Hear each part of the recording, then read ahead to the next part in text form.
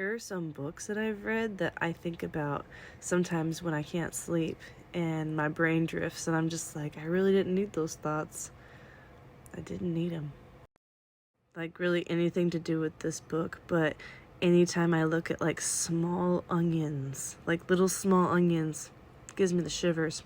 And hairpins or hat pins makes my eyes water every time now. This one so much. Like, this one so much. Pizza delivery guys. Keys sometimes keys. I'm like, nope. Mm-mm. And then like folding tables, linoleum, like out of date kitchens. There for a while, every time I saw like a paint canvas, I was like, mm-mm. Like you definitely, like I had to, that was a journey for me. This one was pretty traumatizing, like the fact that he gets with his second wife so quick. Like, his wife dies and then he's like, boom, like not even hours, you know? And then just like the church does all those crazy things and like people are just like, that's just how it is. Like, and like women are so punished in this book, it's ridiculous. Like, they just end up leaving and living in the woods. That's how bad it is. Like, it's quite interesting. And William's a monster, and like he definitely gets to reign longer than he should. Like, that should have been shut down way sooner. Like, I think about that a lot. It's injustice. Makes me think about it. This one I loved, but like I just can't imagine like somebody promising you I'm gonna be there and then they're just like, nope, bye, or I'm already checking out the single people. That's what they told her. But then like maybe we had it twisted, like just the whole Charlie situation. I know that's not even the biggest thing, but like when I look back on it, that's the thing that I'm like, dang, like we had it wrong.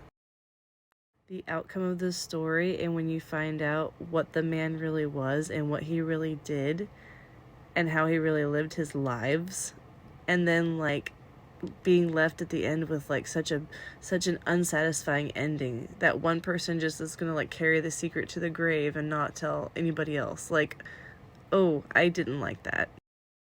This one I really did agree with, like the unconsensual part of this whole thing, and it was pretty abusive, but the fact that that library scene happened and that he gave her that book later to remember the library scene by. I don't know, that part just was like a little bit like, aw, but the rest of it was so messed up. It was messed up. I really like the vibe of this one, the speakeasy kind of thing, like it's a dance club and it's like you're not supposed to do it, and lipstick was like really cherished there. But what I think about most was about the boss of the nightclub, like, and how she came on to like the girl towards like the middle or the end, and I'm just like, dang, that just makes me think. I'm not really into it, but now I might be into it.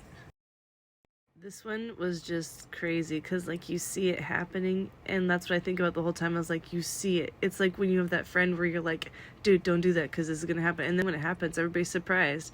But then towards the end, like it just turned out more malicious than I could ever have imagined. Like, public kidnapping at its finest, with brutality too, like just like drugging you stupid. Like, it was, yeah, that whole book was traumatizing, and I think about it a lot.